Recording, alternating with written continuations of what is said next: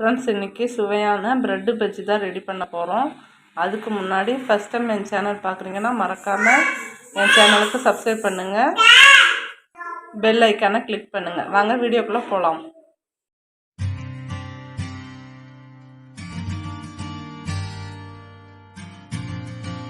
இன்றைக்கி டேஸ்ட்டான நம்ம ப்ரெட்டு பஜ்ஜி தான் ரெடி பண்ண போகிறோம்.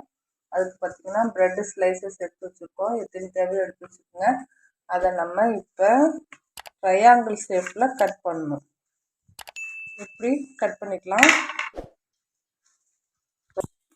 ரொம்ப சாஃப்டாக இருந்தால் இந்த மாதிரி அப்படியே புட்டாகவே வந்துடும். கட் பண்ணவே செலவில்லை. பாருங்கள், ஸ்லைசஸ் வந்துச்சு. இப்போ இதையும் நம்ம இப்படி கட் பண்ணிக்கலாம். அவ்வளோதான் ஃப்ரெண்ட்ஸ். பஜ்ஜி மாவு பாக்கெட்டு எடுத்துருக்கோம். அதில் எவ்வளோ தேவையான அளவுன்னு பார்த்தீங்கன்னா 1/2 பாக்கெட்டு கொட்டிக்கிங்க. ஃபுல்லாக வீடியோ ஸ்கிப் பண்ணாமல் பாருங்கள். ஒவ்வொரு டிப்ஸுமே உங்களுக்கு யூஸ்ஃபுல்லாக இருக்கும். 1/2 பாக்கெட்டு பஜ்ஜி மாவு கொட்டியாச்சு. இப்போ இது பார்த்திங்கன்னா கடல மாவு. இதோட கடல மாவு சேர்த்து நீங்கள் இங்கே பஜ்ஜி போடும்போது நல்லா கிறிஸ்பியாக நல்லாயிருக்கும். ரொம்ப காரமும் இருக்காது. 50 கிராம் கடல மாவு இதில் சேர்த்துக்குங்க. 100 கிராம் பஜ்ஜி மாவுக்கு 50 கிராம் கடல மாவு சேர்த்துக்கலாம். ரெண்டும் மிக்ஸ் பண்ணிக்கலாம். மிக்ஸ் பண்ணி அதுக்கப்புறம் மிக்ஸ் பண்ணிக்கலாம் ஃப்ரெண்ட்ஸ். இப்போ நல்லா தண்ணி கொஞ்சோண்டு ஊற்றி பஜ்ஜி மாவு பதத்துக்கு நல்லா பிசைஞ்சிக்கலாம். இப்போ இந்த அளவு ஊற்றிக்கலாம் ஃப்ரெண்ட்ஸ். இப்போ பஜ்ஜி மாவு ரெடி ஆகிடுச்சு. பாருங்கள், ரொம்பவும் திக்காகவும் இருக்கக்கூடாது, ரொம்ப தனியாட்டும் இருக்கக்கூடாது. கரெக்ட் கன்சிஸ்டன்சிக்கு இருக்கணும். ஓகேங்களா ஃப்ரெண்ட்ஸ்? இப்போ எண்ணெய் நல்லா காஞ்சிருச்சு. நம்ம ஒவ்வொன்றா ப்ரெட்டு ஸ்லைசஸ் எடுத்தாச்சு. இப்போ இதில் நம்ம டிப் பண்ணி ஒவ்வொன்றா எடுத்து பொரிச்சிக்கலாம்.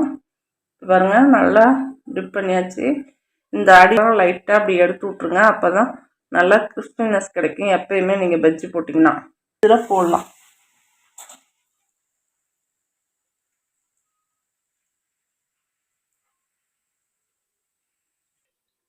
ஃப்ரெண்ட்ஸ், பஜ்ஜி நல்லா வெந்துருச்சு. இப்போ நம்ம இந்த ப்ரெட்டு பஜ்ஜியை எடுத்துக்கலாம்.